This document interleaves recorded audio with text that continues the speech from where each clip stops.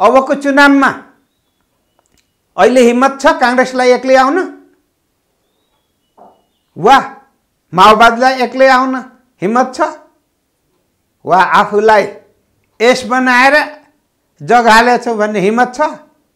चाहे उपेन्द्रजी अचित्रबाजीको त के कुरा गरौं, हिम्मतै छैन। यो कायरताको प्रतीक भन्दा अरु के हो? के हो? अहिलेका गठबन्धनको नेताहरूलाई एउटा डरले सताएको छ। आन्तरिक रूपमा डरले थरथर कामिरहेका छन्। त्यसकारण अब 15-20 वर्ष भन्दा बढी त बाँचिदैन होला भन्ने छ।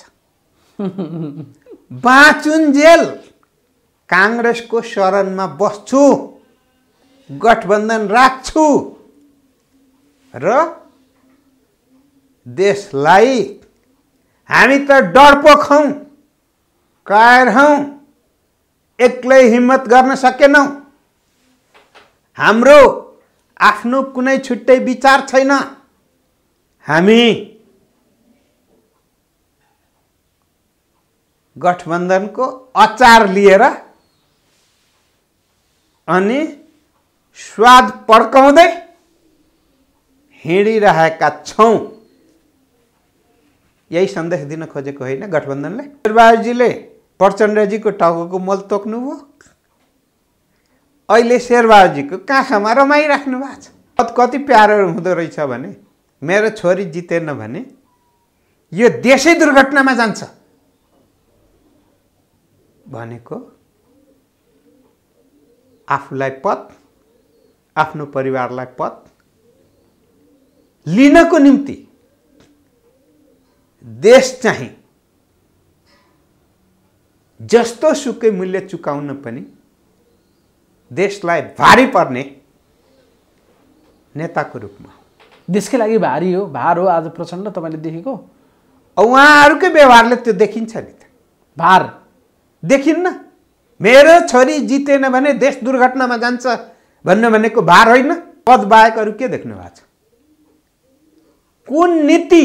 उहाँको कुन नीति? मन्दिरमा घण्टी हुन्छ, चारैतिर गोलो हुन्छ नि, बीचमा पेन्डुलम हुन्छ नि, यताबाट ठोक्ने घण्टाको बीचमा पेन्डुलम। पेन्डुलम। आफूलाई त्यही रूपमा, विचारको रूपमा पनि त्यही, व्यवहारको रूपमा पनि त्यही, निरन्तर आफू पेन्डुलम भएको र जहिले पनि अरूसँग च्याखे थापेर लाभ लिने काम बाहेक अरू सोच्दै नसोच्ने। माओवादी पार्टी भित्र अहिले कुनै पद छ? अध्यक्ष छ नि। अध्यक्ष बाहेक अरू कुनै पद छ?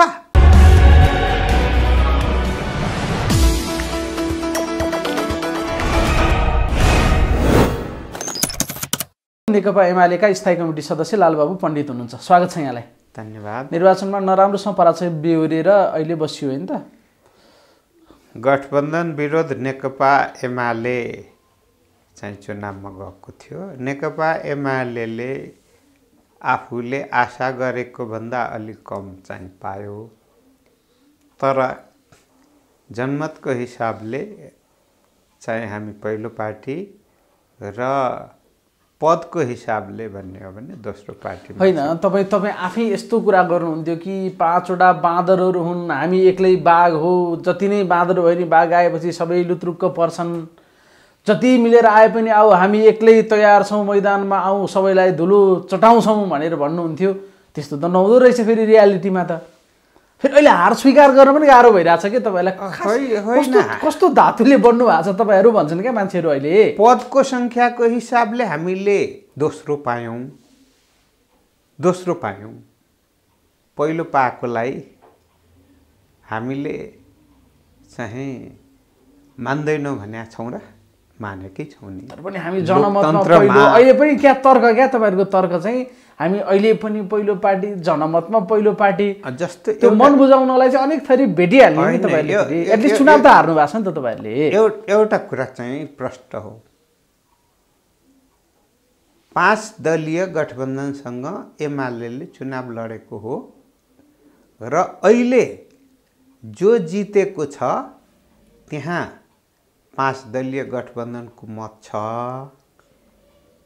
र एमाले जहाँ छ त्यो एमालेको सिङ्गल मत छ र कतिपय ठाउँमा हामीले हार्यौँ।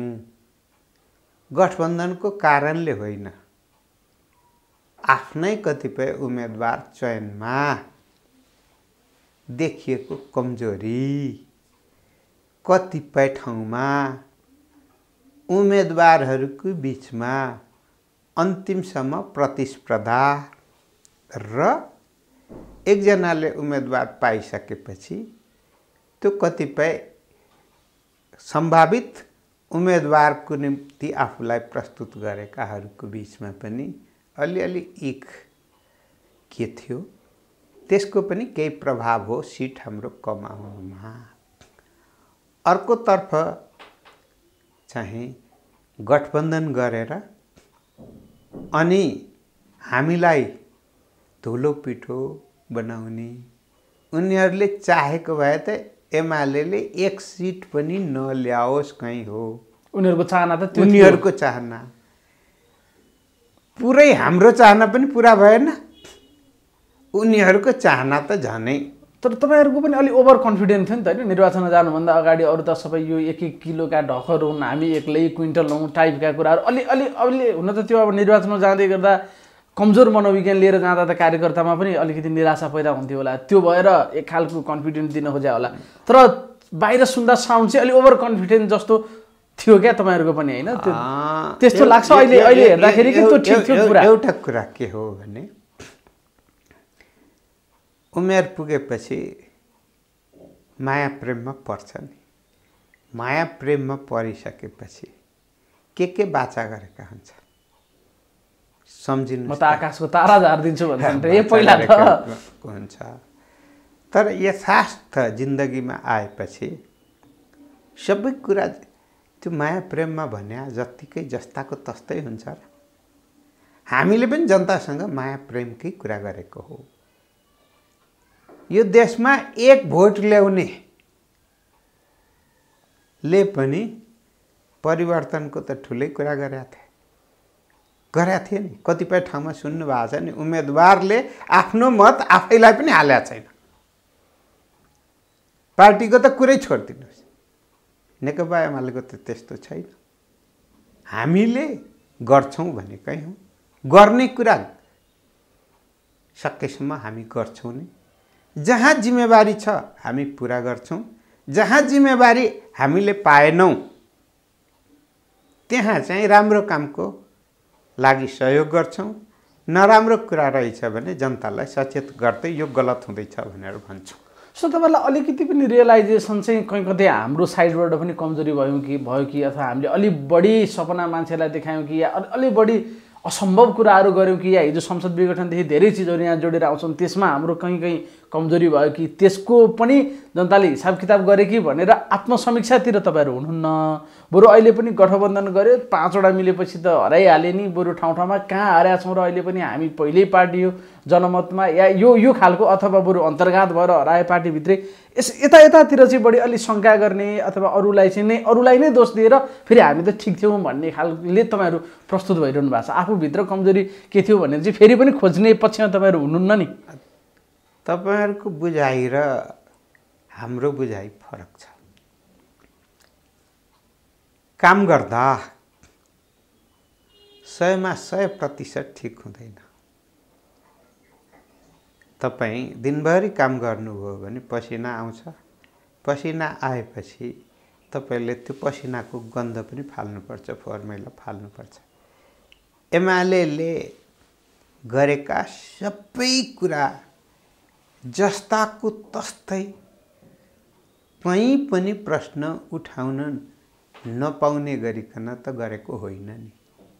जसरी शरीरमा काम गर्दै जाँदाखेरि कपडा फोहोर हुन्छ, आफ्नै शरीर पनि फोहोर हुन्छ, सफा गरिराख्नुपर्छ भने यो त निरन्तर प्रक्रियामा नेकपा एमाले छ नि।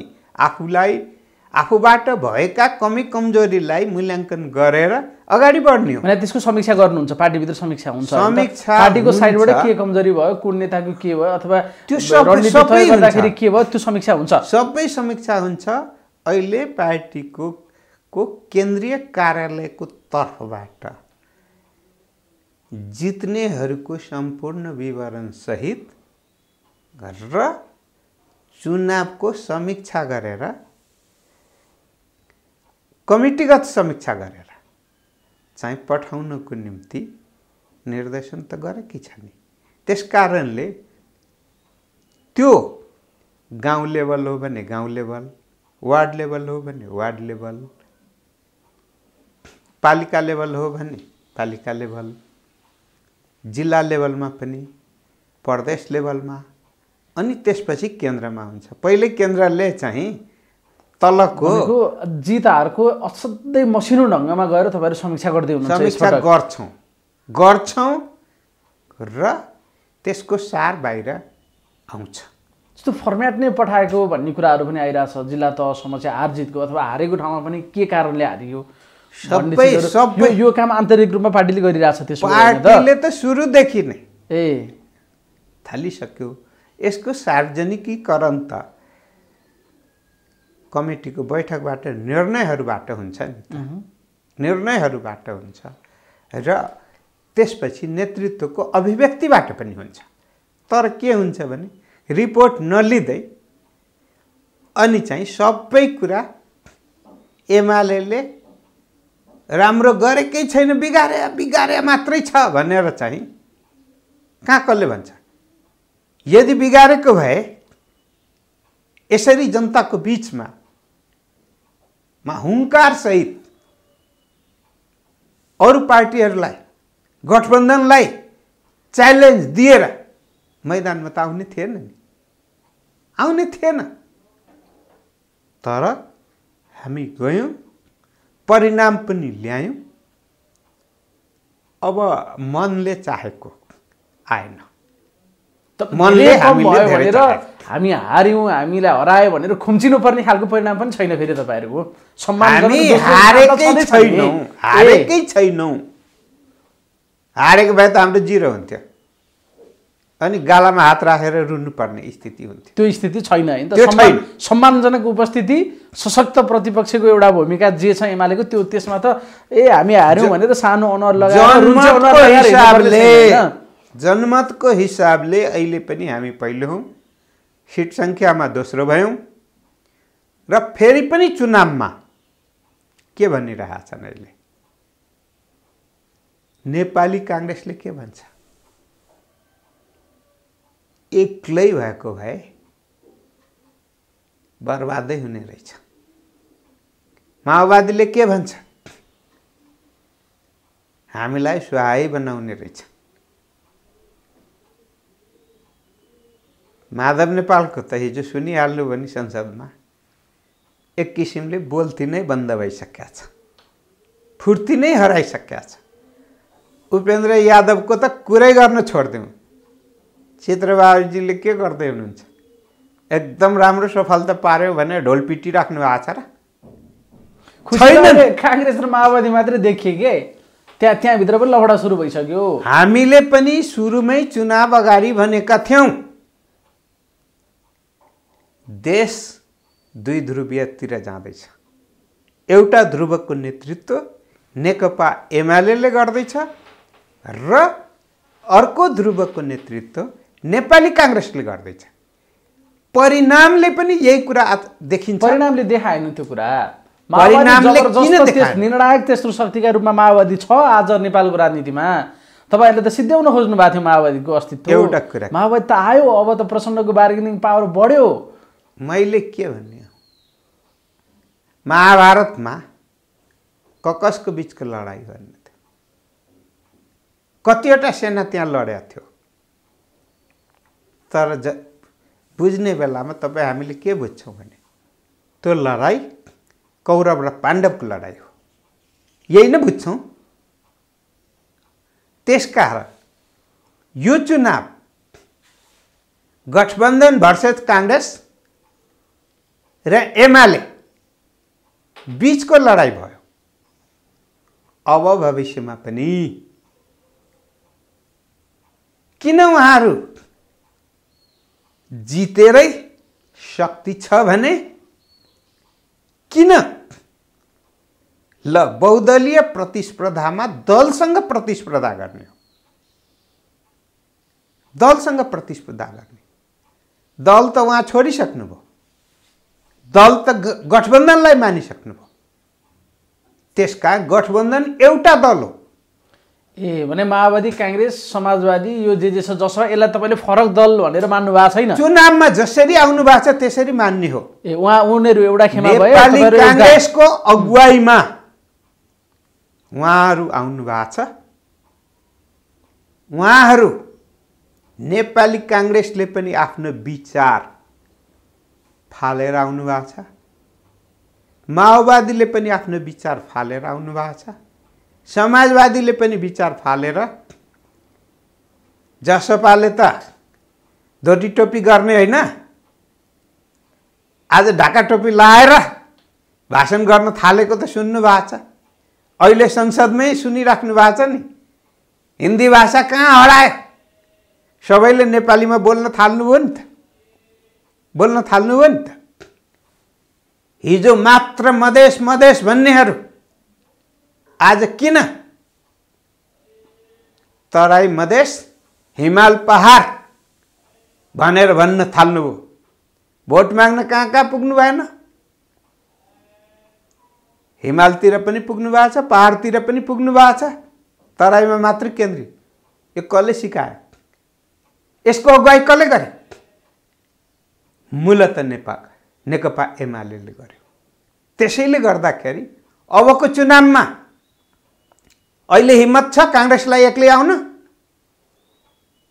वा माओवादीलाई एक्लै आउन हिम्मत छ वा आफूलाई एस बनाएर जग हालेछौ भन्ने हिम्मत छ?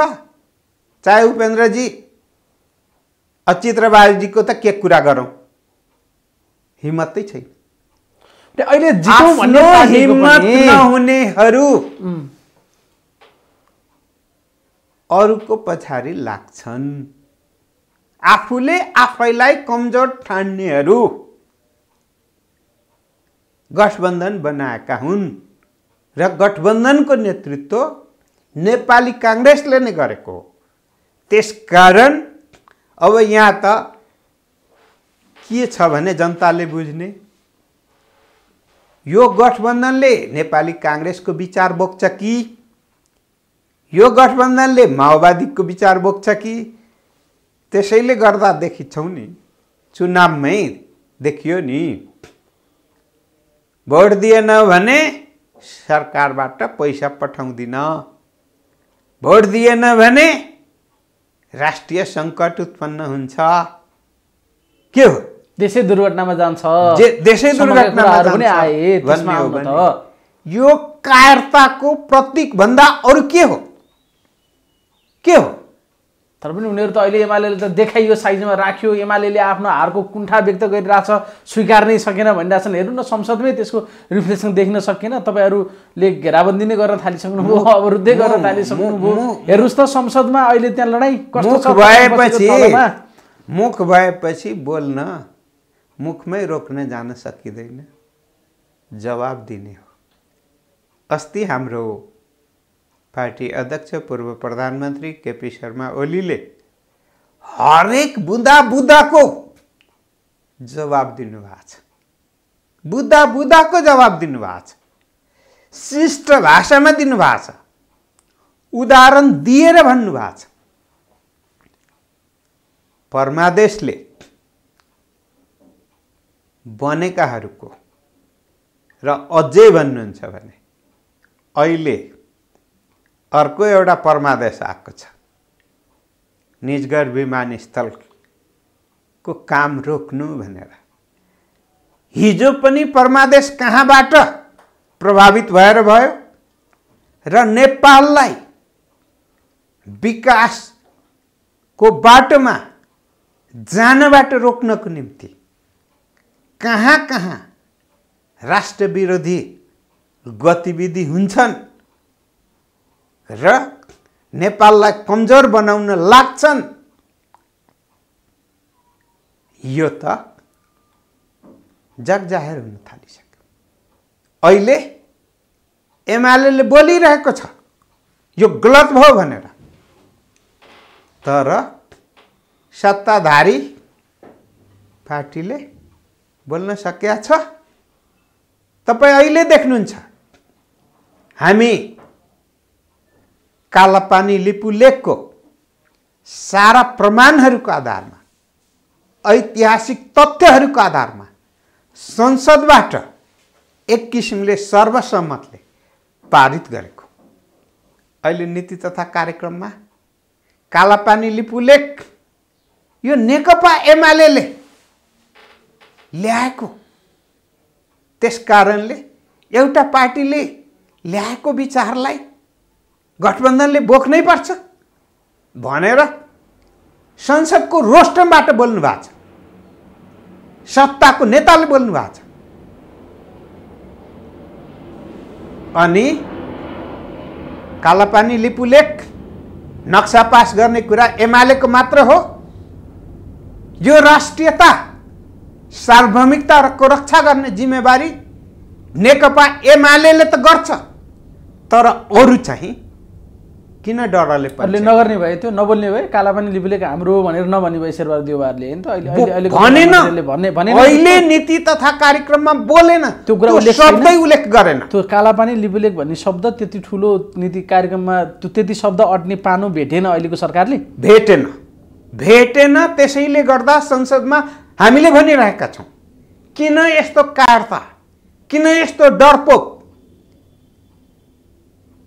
के उनीहरूलाई सबभन्दा ठुलो पार्टी बनाएर पठाइदिए नेपाली जनताले? अब कुनै दिन चाहिँ हामी देखिरहेछौँ नि, हामी सिक्किम पनि देखिरहेछौँ, अन्य देशको पनि देखिरहेछौँ नि, नेताहरूको कायरता र त्यसको पिछलगु बन्नेहरूको हकीकत पनि हामीले देखेका छौँ। त्यसैले गर्दाखेरि नेपालमा त्यस्तो हुन दिन्नौ, त्यस्तो हुँदैन। जतिसुकै अरूको दलाली गरेर केही दिन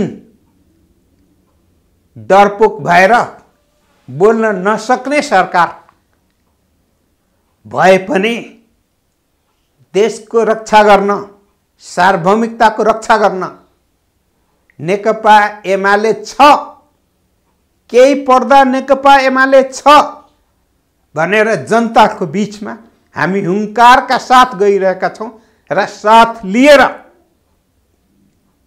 यस्ता डरपोक पदमा बस्ने, पदीय जिम्मेवारी पुरा नगर्नेहरूसँग हिसाब किताब। सो तपाईँले भनेअनुसार चाहिँ अब गठबन्धन एउटा पार्टी, नेकपा एमाले एउटा पार्टी होइन त। त्यहाँ गठबन्धनभित्र माओवादीले कति जित्यो, काङ्ग्रेसले कति जित्यो, समाजवादीले कति जित्यो, जसपाले कति जित्यो भनेर त्यो हिसाब किताब तपाईँहरू गर्नुहुन्न। एउटा खेमा गठबन्धन हो, एउटा एमाले हो, उनीहरूले यति जित्यो, हामीले यति जित्यो, यसरी हेर्ने हो तपाईँहरू? अब चाहिँ यसरी नै हेरिरहेका छौँ। अहिले जहिलेसम्म गठबन्धन हुन्छ र जहिलेसम्म यसरी आउँछन् तहिलेसम्म हामीले यसै हेर्ने। तर यसरी हेर्दा तपाईँहरू हिम्मत भए एक्लै आऊ, हिम्मत भए एक्लै आऊ भन्ने, उनीहरू मिलेर लडिरहने, तपाईँलाई हराइरहने, तपाईँहरू यसो भनिरहने, सत्ता त उनीहरूले चलाइरहने भन्ने देखियो नि त। एउटा लामै रेसमा यो जाला जस्तो छ। प्रचण्डजीले भनिरहनु भएको छ अब 10-15 वर्ष त आरामले हामी गठबन्धन जाने, गठबन्धनको त संस्कृति बनाउने भन्ने कुरा छ नि त। उहाँहरूको त एउटा कल्चरको रूपमा डेभलप गर्ने, पोलिटिकल कल्चर क्या। अब गठबन्धनको कहिलेकाहीँ सरकार बन्छ, गठबन्धन गरेर चुनाव लडेको चाहिँ मलाई धेरै ठाउँमा थाहा छैन। अब थाहा पाइँदैछ नि त, थाहा पाइँदैछ एउटा कुरा। अब सुरु तपाईँले गर्नुभएको, फेरि अर्को कुरा, हामी त विचार मिल्नेसँग गरे, फरकसँग गरेका छैनौँ।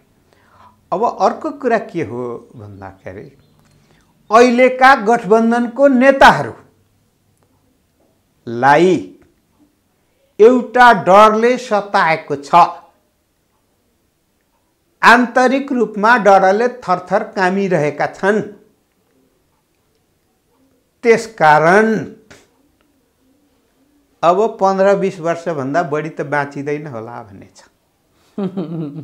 बाँचुन्जेल काङ्ग्रेसको शरणमा बस्छु, गठबन्धन राख्छु र देशलाई हामी त डरपोक हौं, कायर हौं, एक्लै हिम्मत गर्न सकेनौं, हाम्रो आफ्नो कुनै छुट्टै विचार छैन, हामी गठबन्धनको अचार लिएर अनि स्वाद पड्काउँदै हिँडिरहेका छौं। यही सन्देश दिन खोजेको होइन गठबन्धनले, गठबन्धनको नेताहरूले। हामीले भन्यौं जस्तो सुकै गठबन्धन आए पनि नेपालमा दर्ता भएका सबै पार्टीहरू त्यो गठबन्धनमा लागेर आए पनि नेकपा एमाले एक्लै गठबन्धनसँग भिड्छ, भिड्यो, फेरि पनि भिड्छ र आएको परिणाम निष्पक्ष तरिकाले, स्वतन्त्र रूपमा जनताको जनमत आयो भने त्यो जनताको जनमतलाई नेकपा एमाले स्वीकार गर्छ र हामी जहाँ हुन्छौं त्यहाँबाट हामी सेवा गर्छौं। तर जनतालाई हामीले भगवान मान्ने भएकोले गर्दा हामी जनताको सेवामा जसरी कि मन्दिरमा पूजा गर्छन्, हामी जनतालाई त्यसरी नै पूजा गर्दै निरन्तर अगाडि बढ्छौं। मनमा त पुग्दाखेरि धेरै चाहिँ भाकलहरू गरेर चाहना राखेर पुगेको हुन्छ। यथार्थमा जे फल प्राप्त हुन्छ त्यसबाट हामी एक किसिमले सन्तोष लिँदै फेरि थप उचाइमा पुग्ने गरी जस्तो निरन्तर तपाईहरु लाग्नुहुन्छ हैन। अहिले यो निर्वाचनको परिणाम पछाडि एक खालको एउटा फरक कर्नर चाहिँ कस्तो पनि कुराहरू उठ्न थालेछ भने अब यी भाइ फुटे गवार लुटे भने जस्तो भयो, फेरि वामहरू एक ठाउँमा आउँ, वाम गठबन्धन गरौँ भन्ने खालको आवाज पनि एक ढङ्गले एउटा साइडबाट उठ्न थालेछ। त्यसको लागि तपाईहरु सकारात्मक हुनुहुन्छ कि के छ त? के छ तपाईहरुलाई पनि कहीं न कहीं त्यो रियलाइजेसन छ? राजनीतिभित्र एकता र विभाजन भइराख्ने प्रक्रिया हो। त्यसकारणले पार्टीहरू बीचमा सहकार्य, एकता हुनै सक्दैन भन्ने होइन।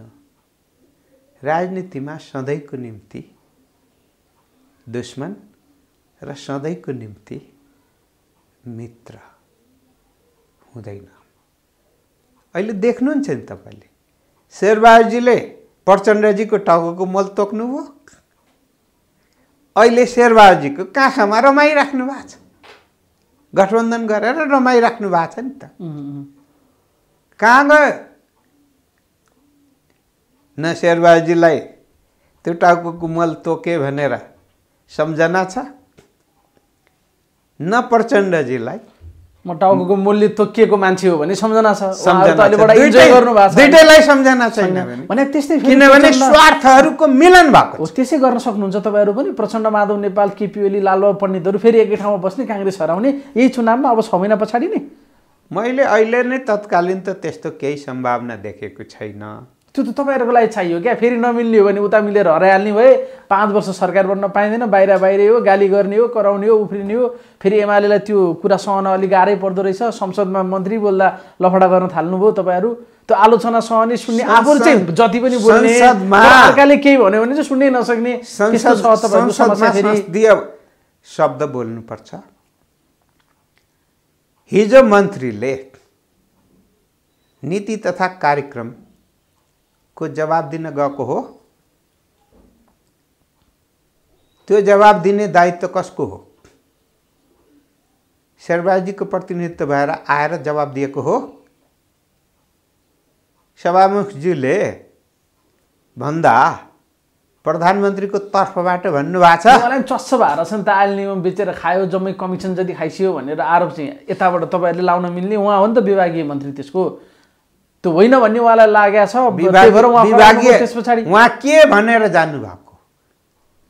आयल निगमको मूल्य वृद्धिसँग जोडिएर जानुभएको हो। के शब्द प्रयोग गरेर बोल्नु भएको छ? आयल निगमसँग मूल्य वृद्धिसँग जोडिएर बोल्नु भएको छ कि के शब्द प्रयोग गर्नु भएको छ? त्यो शब्द संसदको इतिहासमा भन्ने हो भने कुनै पनि मान्य सदस्यले बोलेका छैन। विगतमा एउटा निम्छरो शब्द प्रयोग हुँदा उहाँहरूले संसद अवरोध गर्नुभएको हो कि? निम्छरो भनेको त बौद्धिक रूपमा कमजोर भनेको न हो, अपशब्द होइन। तर हिजो त अपशब्द बोल्नु भएको छ। त्यस कारणले हामीले विरोध जनायौं, मिटिङ बस्यो, गलत बोलिएको हो। सत्ता पक्ष, प्रतिपक्ष, सभामुख जुले पनि स्वीकार गरेर त्यो संसदको रेकर्डबाटै हटाउने, रेकर्डबाटै हटाइसक्यो। त्यसमा थप बहस गर्नु परेन। खालि मैले त्यो वाम एकताको कुरा गर्दाखेरि तपाईँहरूकै पार्टीभित्र पनि एउटा आवाज त उठ्न थालेको छ नि। पृथ्वी शर्मा गुरुङहरूले भन्न थालिसके ठुलो डिजास्टर भयो, अब हामी मिल्नुपर्छ फेरि भन्ने कुरा आइरहेछ। फेरि अर्को थरी मतहरू कहाँ मिल्ने, नक्कली कम्युनिस्टसँग हामी मिल्छौँ, त्यो मिल्ने कुरै छैन। शङ्कर पोखरेल प्रदीप गेवालीलाई मैले भन्न खोजेको एउटा यो त उपमहासचिव महासचिव लेभलबाट यो खालको कुरा उठेपछि बहस त रहेछ नि। यसमा लालबाबु पण्डित चाहिँ कहाँनिर हुनुहुन्छ भने मैले म एकता विरोधी होइन, तर प्रचण्ड माधव नेपाल गर्नुपर्छ अहिले। तर क्षणिक लाभको निम्ति आफ्ना सबै कुरा त्यागेर अनि जसरी अहिले गठबन्धन सबै कुरा त्यागेर मात्र पदको निम्ति गएको छ, त्यसरी नेकपा एमाले मात्र पदको निम्ति जाँदैन। भनेको तत्काल एकता त्यो ढङ्गले सम्भव छैन होइन त। किनभने तत्काल हुने भने त यता हारियो, अब यता आएर उसलाई हराउँ भन्ने कुरा त हुने। तपाईँले भने जस्तो पदभन्दा बाहेक त फेरि पनि नहुने भयो नि त। हामीले प्रष्टसँग भनेका छौँ, चुनावी एकता एउटा कुरा हो, चुनावी सहकार्य र गठबन्धन फरक कुरा हो, र पार्टी एकता फरक कुरा हो। त्यस कारणले हामीले सहकार्यबाट पार्टी एकतामा गएर अनि त्यो पनि भोगिसकेको हुनाले अहिले नै सम्भावना छैन भने होइन। अहिले व्यक्तिको विचार फरक फरक आइरहेको छ, संस्थागत रूपमा कुनै निर्णय भएको छैन। तर यो सम्भावना तत्कालै छ कि छैन,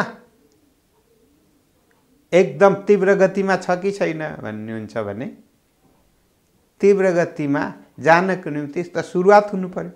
सुरुवात भएको छैन।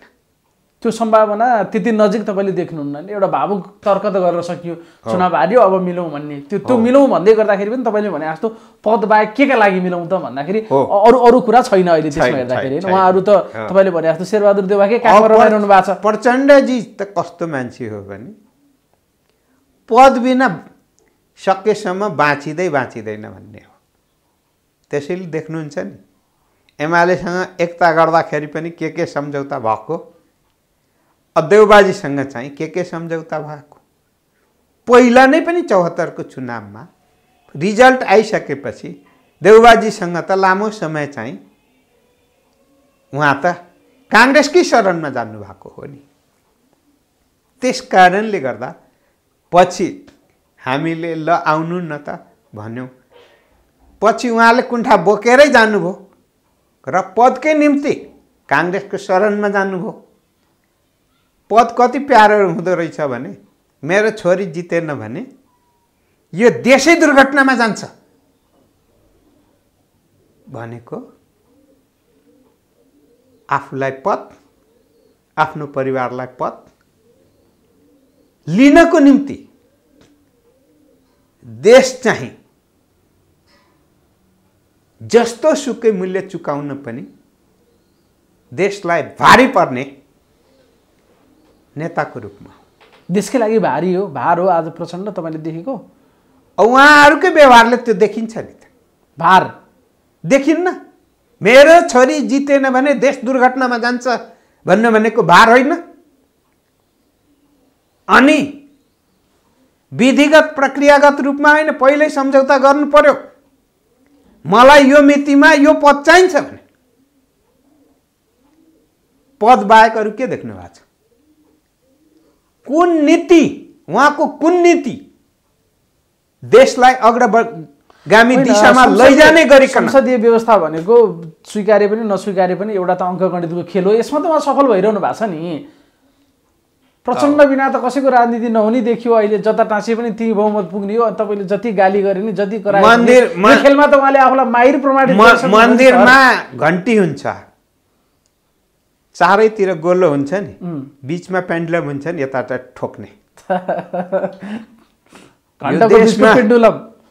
पेन्डुलम आफूलाई त्यही रूपमा, विचारको रूपमा पनि त्यही, व्यवहारको रूपमा पनि त्यही, निरन्तर आफू पेन्डुलम भएको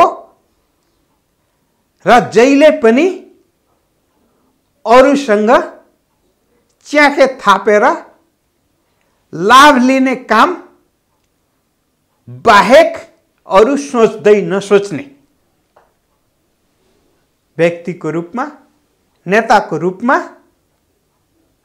आत्मकेन्द्रित, परिवार केन्द्रित नेताको रूपमा आफूलाई प्रचण्डको अहिले भूमिका माओवादी पार्टीभित्र अहिले कुनै पद छ? अध्यक्ष छ नि। अध्यक्ष बाहेक अरू कुनै पद छ? कसैसँग?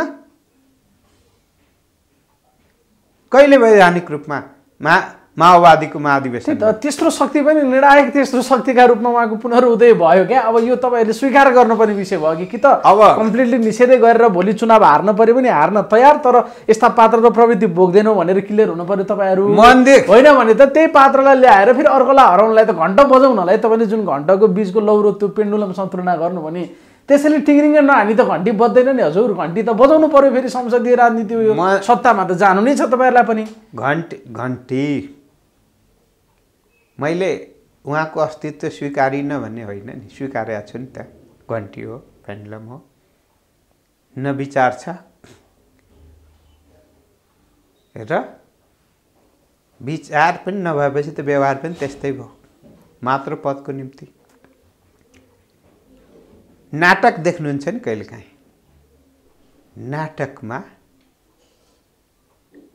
त्यो चाहिँ एउटा पात्र हुन्छ नि, सबैको प्यारो, मात्र हँसाउने होइन, जोकर भन्छ नि, जोकर भन्छ नि। तासपत्तीमा पनि जोकर हुन्छ। नेपालका कतिपय नेताहरू जहाँ पनि फिट हुनको निम्ति जोकरको भूमिकामा छन्। नकार्न सकिँदैन। जता पनि फिट होइन, जता पनि फिट छ। त्यो प्रचण्ड छन् अहिले भन्नु न, सिधै भन्नु न, किन त्यो जता पनि छन्, फिट छन्।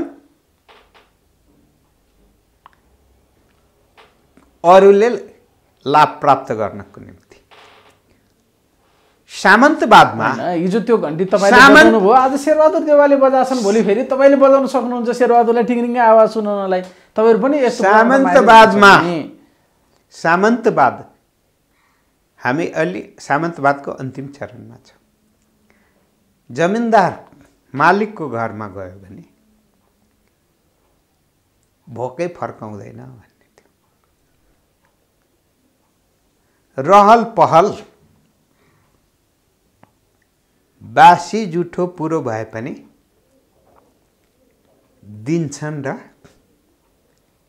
हात थाप भन्छ पेट भर भन्छ। हात थाप्छन् पेट भर्छन्। अनि आज त गाँस टड्यो भन्छन्, बाँच्यो भन्छ, त्यसैमा गौरव गर्छ। त्यस्तो गौरव गर्ने नेता र पार्टीलाई मैले भन्नु केही पनि। अब तपाईँहरूबाटै फुटेर गएको समाजवादीको हालखबर के छ? तपाईँले अघि भन्दै हुनुहुन्थ्यो संसदमा नि देख्नुभयो, बोली नै बन्द भइसक्यो माधव नेपालको भन्दै हुनुहुन्थ्यो। फेरि झलनाथ खनालहरू त एमालेसँगै मिल्नुपर्छ टाइपका कुरा पनि गर्न थालेका छन्। त्यता चाहिँ मिल्ने त? अब एमालेमा यसका धेरै मान्छेहरू, मैले आफै त 12 जना उम्मेदवारलाई चुनावकै बेलामा प्रवेश गराइदिए, उम्मेदवारहरूलाई नै मोरङमा समाजवादीका मान्छेहरू हो प्रवेश गराइदिए, धमाधम प्रवेश गर्दैछन्। यो चुनावबाट फर्किने बेलामा झलनाथ कमरेडको आफ्नै निर्वाचन क्षेत्रमा एउटा जित्नु भएको रहेछ। एयरपोर्टमा बिदाई गर्ने बेलामा जितेकोलाई भन्यो, तपाईँ गएर छिट्टो चाहिँ एमालेमा प्रवेश गर्ने वातावरण मिलाउनु भयो भने मिलाउनुहोस्, होइन भने अर्कोचोटि तपाईँ आउँदाखेरि म चाहिँ एमाले भइसकेको हुनेछु। ए झलनाथ खनाललाई त्यसो भन्न थालिसक्यौँ त्यहाँ। यसरी नै जवाब दिइसकेपछि अब उहाँको मथिङ्गल नै खलबलियो त, खलबलियो नि। उहाँको चाहना थियो कि गठबन्धनमा गएपछि राष्ट्रपति हटाएर मलाई राष्ट्रपति दिन्छन्। राष्ट्रपतिमा रामचन्द्र पौडेलको नाम आउन थालिसकेपछि त हाम्रो तराईतिर एउटा भन्ने छ, चौबे गया छबे भन्ने दुबे बनकर आया। के पाउन गएको के गुमाएर आए भन्दाखेरि सबै थोक गुमाइसकेपछि त अब जनताको सहारा त नेकपा एमाले हो भने एमालेबाट भागेकाहरूको सहारा एमाले बन्दैन भन्ने त होइन नि। भनेको नेता नआए पनि कार्यकर्ता फर्किने भयो भनेर अहिले धेरै फर्किँदैछन्, अब त्यहाँ बस्दैनन् भन्ने नै हो तपाईँको आन्तरिक निष्कर्ष चाहिँ? बस्दैन, त्यो पार्टी रित्तै हुन्छ। जति छिटो उहाँहरू फर्किनुभयो त्यति छिटो सम्मान पाउनुहुन्छ, जति ढिलो गर्नुभयो भने फेरि सम्मान धेरै चाहिनेछ नि उहाँहरूलाई। फेरि अपमान भएको भइछ, अहिले जनताले नै अपमान गरे। फेरि अब जनताले अपमान गरे, यसको सम्मान त एमालेले दिँदैन।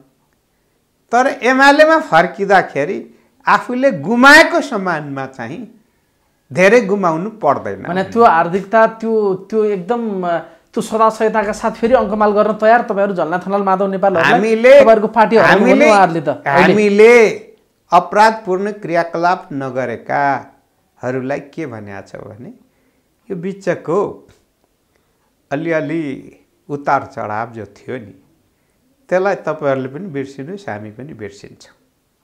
र एमाले हुनुहुन्थ्यो, बिचमा भाग्नु भएको थियो, एमाले भएर म अन्तिम जिन्दगीभरि एमाले भएर देश र जनताको सेवा गर्छु भन्ने हो भने हामीले नकार्नुपर्ने के आवश्यकता हुन्छ?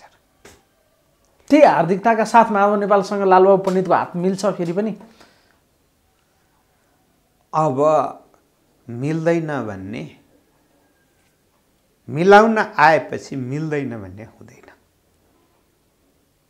मिलाउन आएपछि मिल्छ, तर मिलाउन गइँदैन हैन त। मिलाउनु पर्छ भनिँदैन, उनीहरू आयो भने ढोका पनि बन्द गरिँदैन। अब 10 थरी माग राखेर अनि पहिला माग पुरा गर अनि आउँछु भन्ने हो भने त्यो ढोका बन्द छ। निशर्त एमालेमा प्रवेश गर्ने काम गरिसकेपछि पद पनि प्राप्त हुन्छ, सम्मान पनि प्राप्त हुन्छ। अब जस्तो अन्तिममा एउटा सन्दर्भ चाहिँ पार्टी हार्यो, पार्टी हारिसके पछाडि त्यसको जिम्मेवारी लिएर पार्टी अध्यक्षले नै अब बाटो खाली गरिदिनु पर्यो, नयाँ ढङ्गबाट अरू वाम एकताको लागि पनि आधार तयार गर्नु पर्यो भने कोही कसैले यसो झिनो मसिनो भए पनि पार्टीभित्रैका मान्छेले है यो आवाज पनि दिन थाले केपी ओलीले राजीनामा दिनुपर्छ अब पार्टीबाट, उहाँले असफल हुनुभयो, पार्टी हार्यो, उहाँले जिम्मेवारी लिँदै राजीनामा दिनुपर्छ भन्ने आवाज पनि उठ्न थालेका छन्। पार्टीमा हुनुहुन्छ पोजिटिभ कुरा कहिले पनि नगर्ने, जहिले पनि नेगेटिभ कुरा गर्ने प्रवृत्तिका पनि केही व्यक्तिहरू हुनुहुन्छ। कतिखेर पार्टी हल्ला र केपी ओलीले राजीनामा मागौला भन्ने जस्तो पनि देखियो कतिपयको होइन, पार्टीभित्रका मान्छेको है, तपाईँहरूको पार्टीभित्रको मान्छेको हो। बुझे, त्यस कारणले गर्दा उहाँहरूको विचार नै निर्णायक हो भन्ने बुझ्नु भएन।